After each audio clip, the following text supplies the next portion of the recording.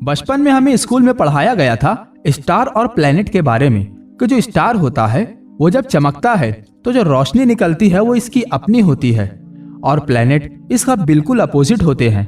वो चमकने के लिए किसी स्टार के मोहताज होते हैं और उनकी ये चमक हमेशा के लिए नहीं होती।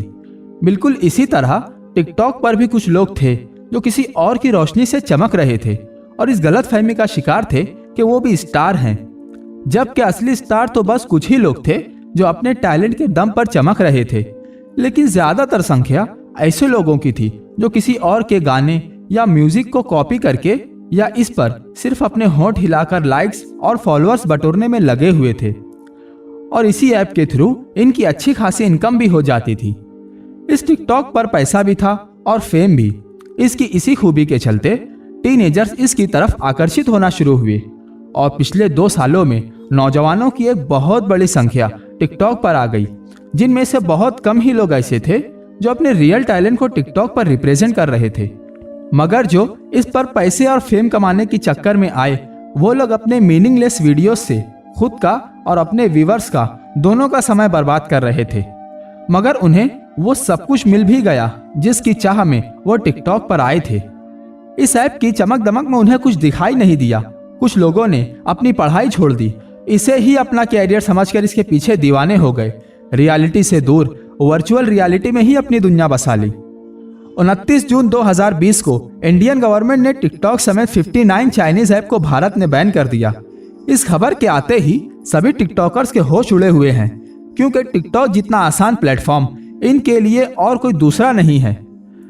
दोस्तों, टिकटॉक पर जो टैलेंटेड लोग थे वो कहीं ना कहीं किसी ना किसी प्लेटफॉर्म पर अपनी जगह जरूर बना लेंगे, मगर वो लोग जो सिर्फ कॉपी और लिपसिंग करके अपनी दुकान चला रहे थे, इन लोगों ने खुद ही अपने पैरों पर कुल्हाड़ी दे मारी है।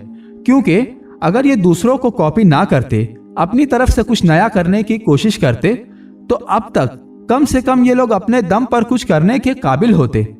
नकली फेम और सस्ती पॉपुलैरिटी के पीछे ना भागते, अगर अपनी एजुकेशन को कंप्लीट कर लिए होते और अपने टैलेंट और स्किल को ग्रो कर लेते, तो आज उनके पास भी ऑप्शन होता।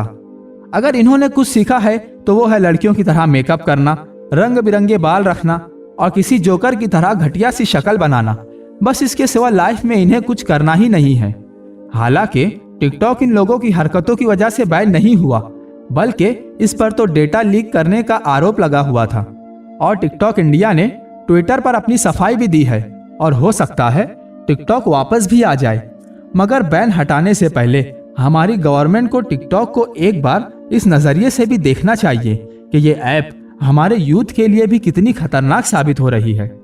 अगर साइंटिफिकली देखा जाए तो ये सीधा हमारे दिमाग पर असर करती है, हमारा अटेंशन स्पैन बहुत कम कर देती है, यानी हमारे फोकस टाइम को कम कर देती है, जिससे फ्यूचर में हमें ऐसे काम करने में मुश्किल होगी जिसमें ज्यादा फोकस की जरूरत पड़ती है।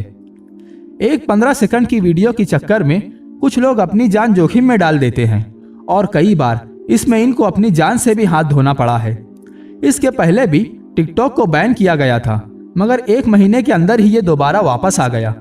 इस बार भी कुछ लोग हैं जो टिकटॉक बैन को लेकर सवाल उठा रहे हैं। मैं इन लोगों से एक ही बात कहना चाहूंगा कि एक बार इससे हो रहे नुकसान पर भी गौर करें, इसके बाद कुछ फैसला करें। एट दी एंड मैं उन सभी टिकटॉकर से यही कहूंगा जो टिकटॉक बैन को लेकर टेंशन में हैं या परेशान हैं, एक बात याद रखिए, टैलेंट को प्लेटफॉर्म की जरूरत नहीं है, बल्कि प्लेटफॉर्म को टैलेंट की जरूरत है। अब भी आपके पास बहुत सारे ऐसे प्लेटफॉर्म हैं जहां आप अपना टैलेंट रिप्रेजेंट कर सकते हो और अगर आप में वाकई टैलेंट होगा तो लोग डेफिनेटली आपको सपोर्ट करेंगे और आपके टैलेंट की वैल्यू होगी। दोस्तों, अगर वीडियो अच्छी लगी हो तो इस वीडियो को लाइक जरूर करें और अपने फ्रेंड्स और रिलेटिव्स के साथ इस वीडियो को ज़्यादा से ज़्यादा शेयर करें ताकि मेरी बात उन तक पहुंच सके। और अगर आपने अभी तक हमारे चैनल को सब्सक्राइब नहीं किया है तो सब्सक्राइब कर लें और बेल आइकन को हिट कर लें ताकि हमारी हर आने वाली वीडियो का नोटिफिकेशन आपको मिलता रहे। अपना कीमती समय देने के लिए आपका दिल से धन्यवाद।